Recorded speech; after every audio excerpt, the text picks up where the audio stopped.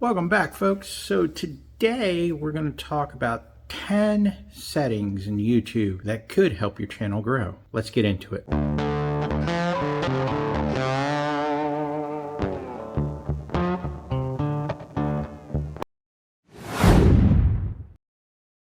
The first setting you want to look at is going to be in your content page. Go to content and go to the little pencil, and it's going to be publish to subscriptions feed and notify subscribers.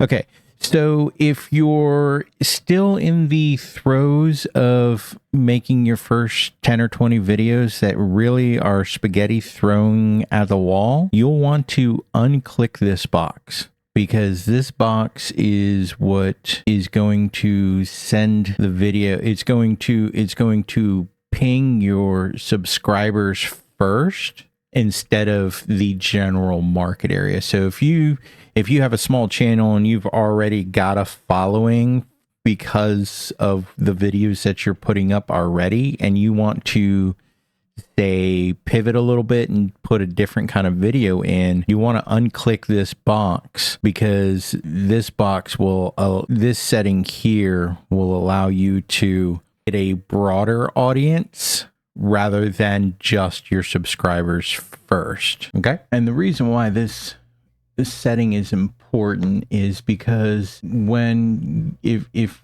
YouTube is promoting your recent drop and it is not related to what your subscribers already know, then they're not going to watch that video. And then YouTube takes that information of the video not being watched and it doesn't promote it. So if you're going to do an unrelated video to the niche that you're already in, make sure you unclick that box, so that way YouTube doesn't just spam only your subscribers. It'll actually put it out into the general market first. Okay, so the next setting we're going to talk about is the COPA section. The COPA section is going to be found in the audience on your creation page. So go to content, go to the pencil, click the pencil, and then come down. Right underneath of the playlist section will be the COPA section. And then this section here is whether or not your audience is if your audience is kids. There is an age specification here that I'd like to put out. This is going to be content that is made for the YouTube Kids channel. Okay, YouTube has YouTube, and then they have a kids only channel. The kids only channel, if you're posting to kids only content, that's going to be for children from 0 up to, say, 10 years old, 11 years old. This content does not have the ability for comments. It does not have the ability for monetization, and it does not have the ability to do ads. Okay. Some people actually mistakenly say, well, I do comic book reviews. That's fine. But if you're doing comic book reviews, are you reading the comic book? Like, you have to look at the content like, am I doing this content for a toddler? That's what YouTube is asking for. Are you doing this content for toddlers? And if so, then we're going to put it made for kids, and we're not going to allow any trolling on these contents. If it's not made for a toddler, if you're making it for preteens and up, then you want to click the no, it's not made for kids button. This button will allow you to have comments on your page. It will put you on regular YouTube, not the kids YouTube, and it will allow you to be monetized for that content. Now, you can go a little bit deeper and you can say, yes, my video is restricted to 18 and above. And what that does is it'll look through your member's profile and find out what their age is, because you have to put your age in when you make your Google account. And it will limit your content from being distributed to a younger audience. If you're a heavy cusser, if you do that kind of stuff, YouTube has a lot of guidelines for that kind of thing anyways. So just be aware. Now, if you say, no, my content's not restricted, then by all means, that's the way it goes. If you do have a little bit of a conscience and you don't like how much you cuss when you're making your videos and you want to limit it to adults only, then click the yes button. Okay. So please be aware that if you misrepresent your content, that there are ramifications. You are subject to a civil penalty up to $42,000. So please, for the love of God, pay attention to how you're actually representing your content. Okay, I don't want to see you guys get banned, because you can end up with lifetime bans from YouTube, and you sure as hell don't want to put money out of your pocket by accidentally putting content out there that shouldn't be going to youngins. Okay. All right, so the next setting we're going to talk about is going to be the automatic chapters. This is an AI feature that YouTube has integrated into their platform. And what it does is it'll scroll through your video and it will try to place chapter breaks automatically into your video. Now, it's still dodgy at best. It doesn't work a lot of times from what I have seen on other videos I've created. So I usually leave this button blank. Now, if you're doing like an education channel or something and you want to take the risk and see if it can make chapters for you, go ahead and click that button, but I'm going to tell you right now, it may or may not work. Now, what you can do is you can come up here into your description box, anywhere in the description box, and you can actually do your own chapter settings. What you're going to do is go type it out 0:00, and this would be intro, and then 0:15 would be your story, and then so on and so forth for each chapter. Basically, if you go through and scrub your whole entire video while you're creating, it'll give you your time markers, and you just want to type in your time markers for everything, and then it will add the actual chapters into your video. Once you're done here, if you forget to do it, like I just added it in here, always come up here and hit the save button. Okay, don't forget to hit that save button, or else everything you type in here is going to be completely erased, and you'll have to go back through and do it all over again. All right, so the next two settings I have for you are also going to be in the video details page. They're going to be down here, just under the automatic chapters. It is going to be the featured places. Okay, I basically call this the stalker button. Okay, if say you're doing those nomadic van videos where you kind of go out to the middle of nowhere and you're living the van life, or you're a blogger and you kind of travel around town, this button allows YouTube to actually track your location, and it will post the location in your video of where you are at.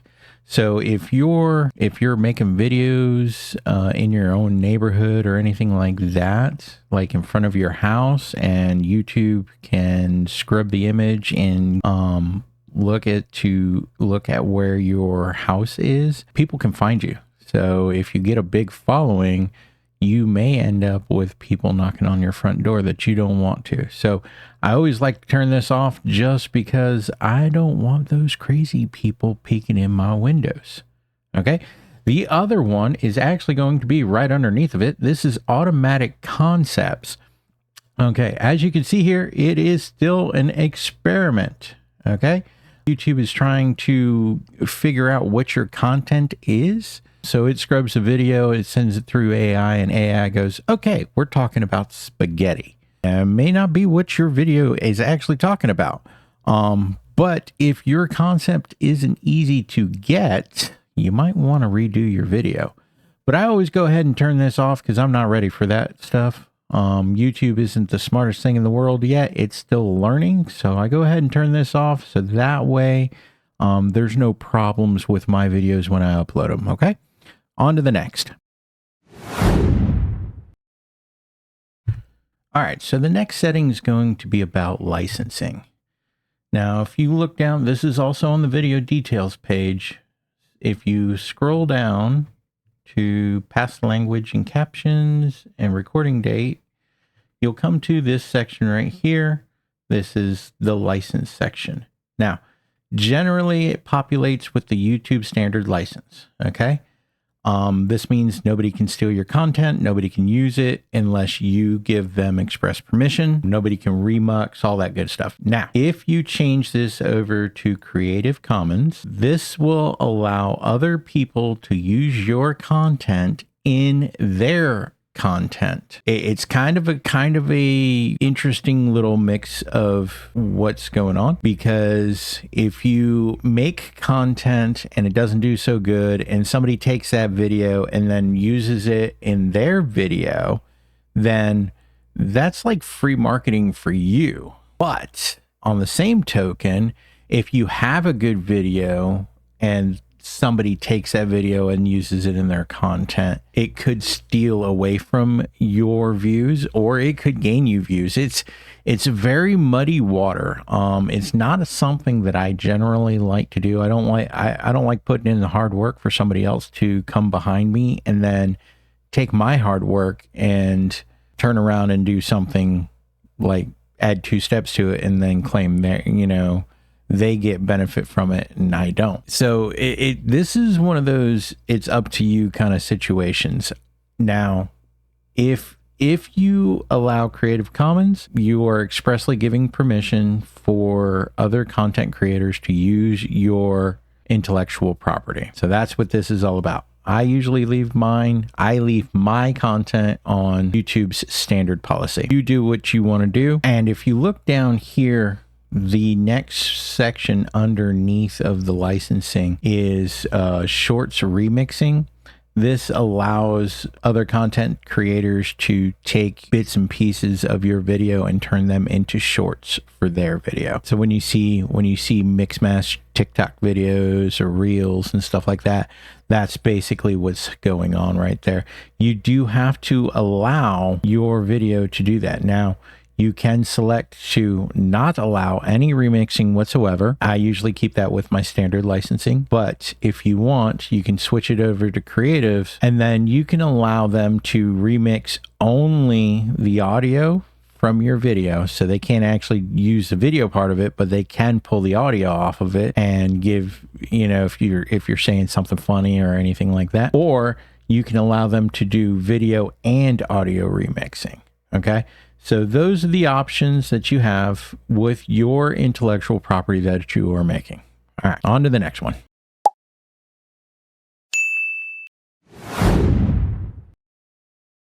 All right, so the next setting we're going to talk about is going to be when you're on your main page in your channel page and you haven't really created a lot of videos. How do you actually let people know that you have content? So what we're going to do is we're going to come to customize the channel, and then we're going to come down here to featured sections right here. Okay. And what you want to do is you want to try to add more sections. Okay. You can add popular videos, your lives, your upcoming live streams. So if you schedule live streams, multiple playlists, okay, different subscriptions that your channel is subscribed to, and featured channels. Now, if you look at this channel here, this is the one I used for the starting from scratch. You notice we don't have anything here. But if we go to this channel, which is our hold on a second. I made a change. Don't allow, save.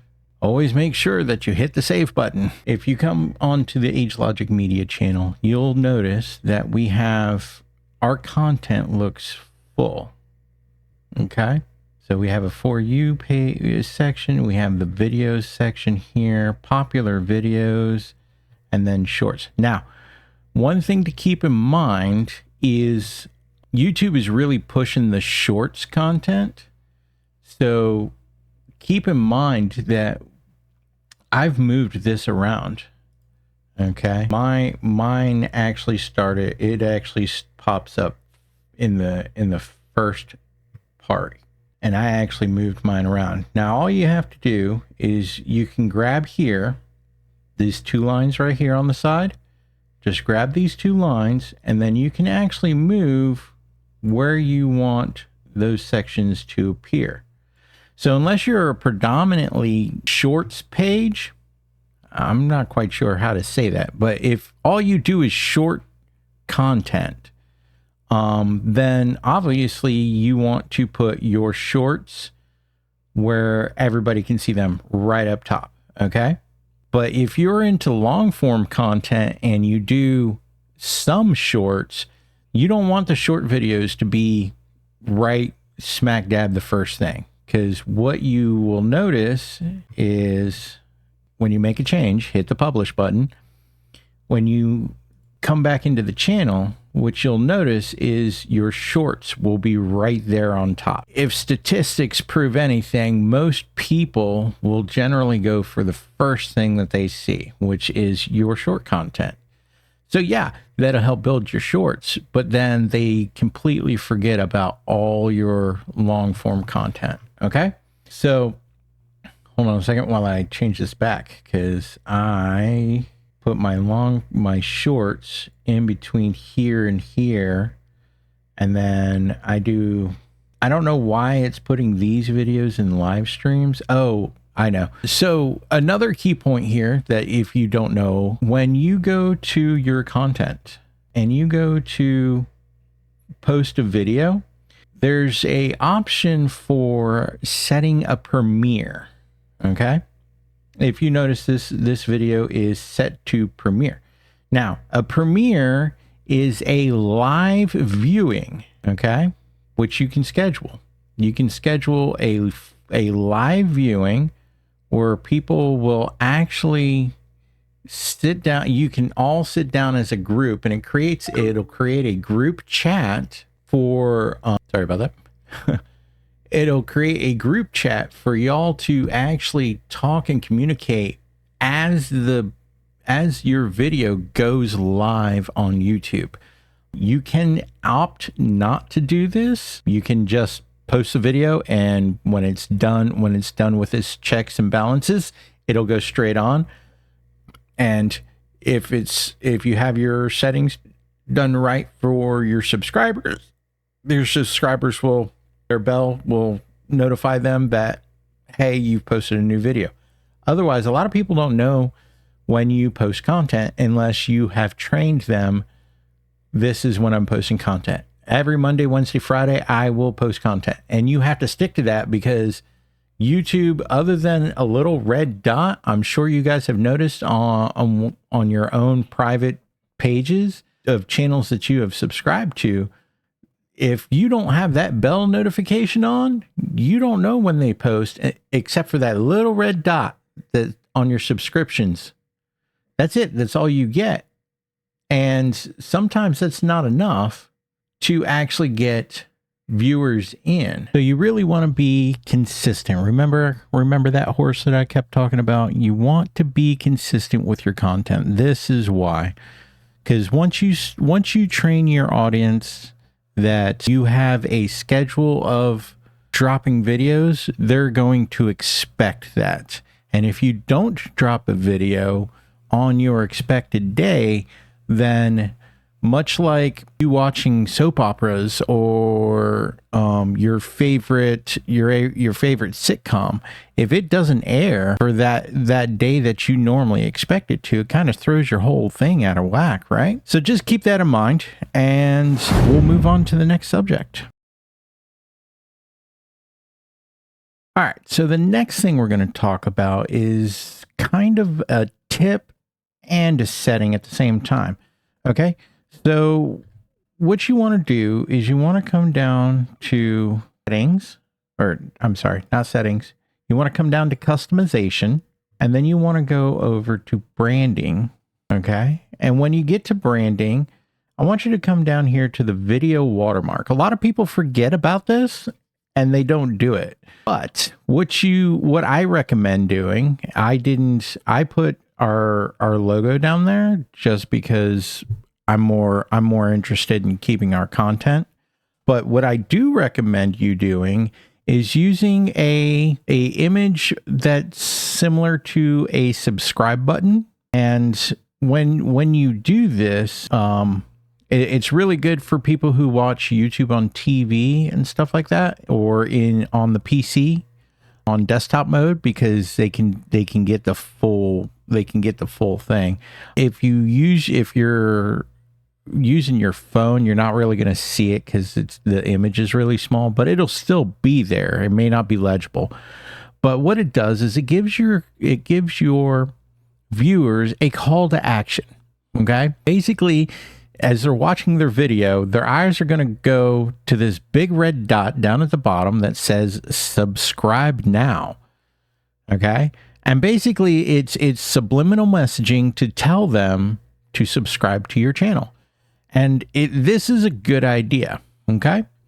And what you can do is you can actually select a time frame, like when in your video the watermark will appear and for how long.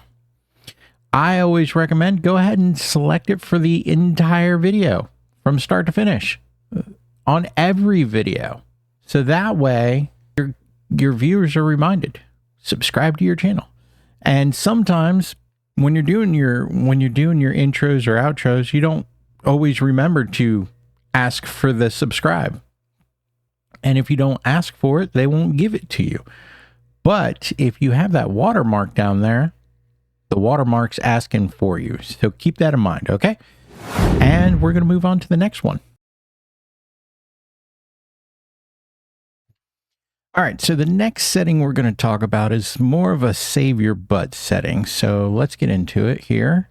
So what I want you to do is I want you to come down to settings, okay? And I want you to go to upload defaults, okay? And the button that we're looking for is this one right here. It says visibility. Okay. This is when you upload a video, okay? After you've written all your description out, you've done all the other settings that we recommended, it'll automatically publish live as soon as it does its checks and balances. Okay. If you come to this setting here, what you can do is you can actually select it go unlisted. So let's say you're doing batch content, and that's where you do 3, 4, 5 videos at a time.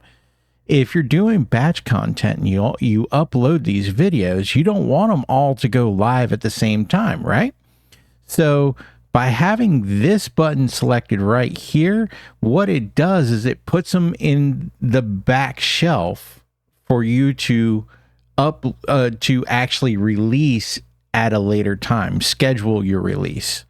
Okay. This button will save your ass if you're one of those kind of content creators that just film something and throws it up without really watching back what you filmed. I've seen a couple of content creators out there, they throw it up and then they go, oh man, that was like the worst video ever. Why did I push the publish button? This button will help save you from that. By putting everything unlisted, it doesn't go live until you say it's ready to go live. Okay? So click this button, put it into unlisted, and then make sure you hit the save button. All right, on to the next one. All right, so the last setting I want to talk about has to do with your comments section, okay? So let's come into here, and this is the settings tab, okay? And then you're going to come to community, and then we're going to scroll down here to the bottom to blocked words. This is going to help keep some of those trollers off of your comments that could potentially drag your channel down, because you have to worry about what people are posting in your comments, because people read the comments now. And if you get enough people that are negative in your comments and you're not paying attention to that, it can drag your video down, which ultimately means that that video is now a lump of trash that's not really doing anything for you. So in this section, what you want to do is you'll type out, it's like keywords. You'll type out some of the key phrases. If you've ever looked at any of your favorite channels comment section, you'll notice that sometimes there's that one guy that posts the odd, like, click here for blah, blah, blah, blah, blah. So what you can do is you can actually take some of those keywords and train your own section to, when these keywords pop up, it'll actually block that whole entire comment. And then this is the other one here, block links. This keeps people from posting shopping links and stuff like that onto your comment section. That'll help keep some of the riffraff out of your section, okay? And that, my folks, is the last of it. That's all I got for you. Those are 10 settings that should help you grow your YouTube channel if you're a small content creator. Other than that, I'll catch you guys on the flip side.